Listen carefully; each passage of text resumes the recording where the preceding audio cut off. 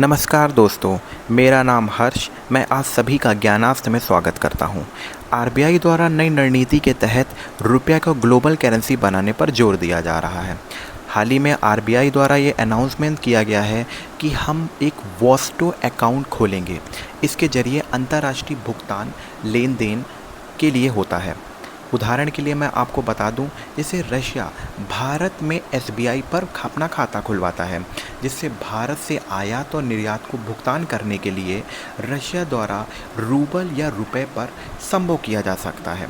RBI द्वारा 2022 में भी international trade settlement in India रूपी नामक इस व्यवस्था को सेटलमेंट किया गया था, जिसके ज़रिए व्यापार को सुगम बनाना था, डॉलर पर निर्भरता कम करनी थी और हमारे सहयोगी देशों के साथ में उनके बैंकों से भारत पर वॉस्ट्रो अकाउंट खुलवाकर उनसे लोकल करेंसी पर व्यापार करने पर जोर दिया गया।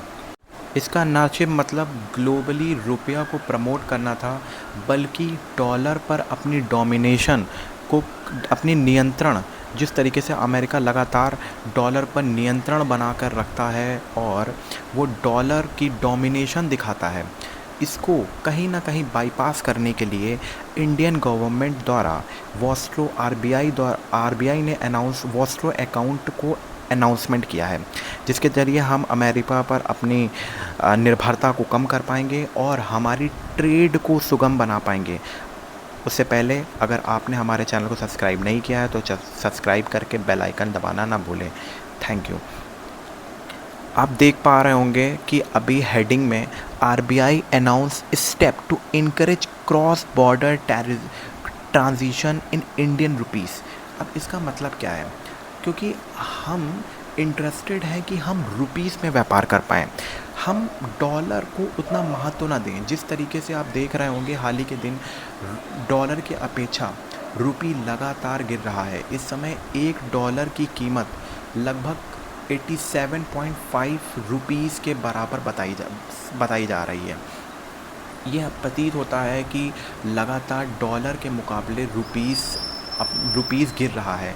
इसको स्थिर करने के लिए हमें ज़रूरत है कि हम खुद की करेंसी पर व्यापार कर पाएँ, अब जिससे हम डॉलर पर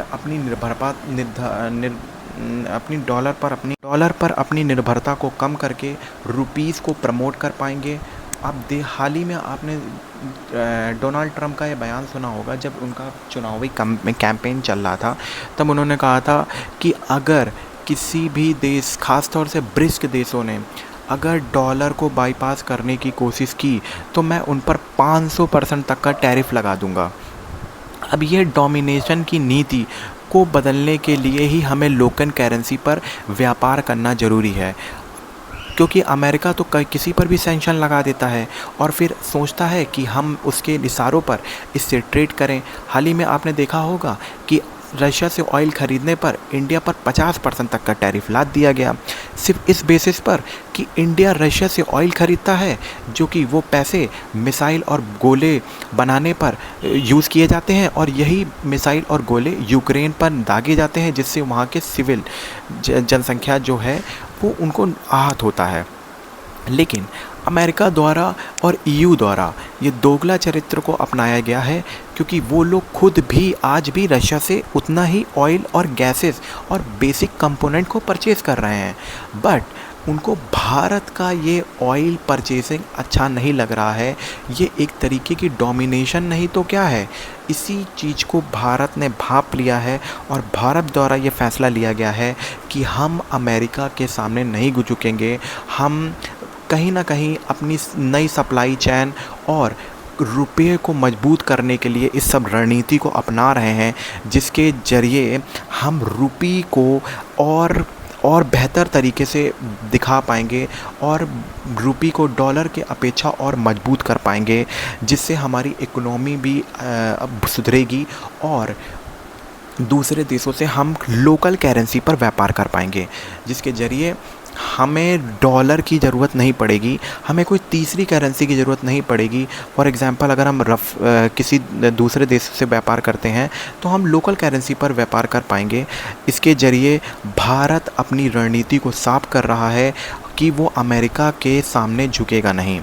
वीडियो अगर अच्छी लगी हो आपको तो सब्सक्राइब करिए, बेल आइकन दबाना ना भूलें। Thank you very much. और हाँ, अगर आपको वीडियो अच्छी लग रही हो या आपको कोई सजेशन देना हो तो आप हमें कमेंट करिए, या हम कैसे वीडियो को इम्प्रूव कर सकते हैं आप हमें कमेंट करिए और हमारा प्रोत्साहन बढ़ाइए, जिसके ज़रिए हम और अच्छी वीडियो बना पाएँ। अगर आप करंट अफेयर पर भी इंटरेस्टेड हैं तो आप बता सकते हैं, मुझे कमेंट कर सकते हैं, मैं करंट अफेयर की वीडियो आपके लिए बना दूँगा। Thank you very much.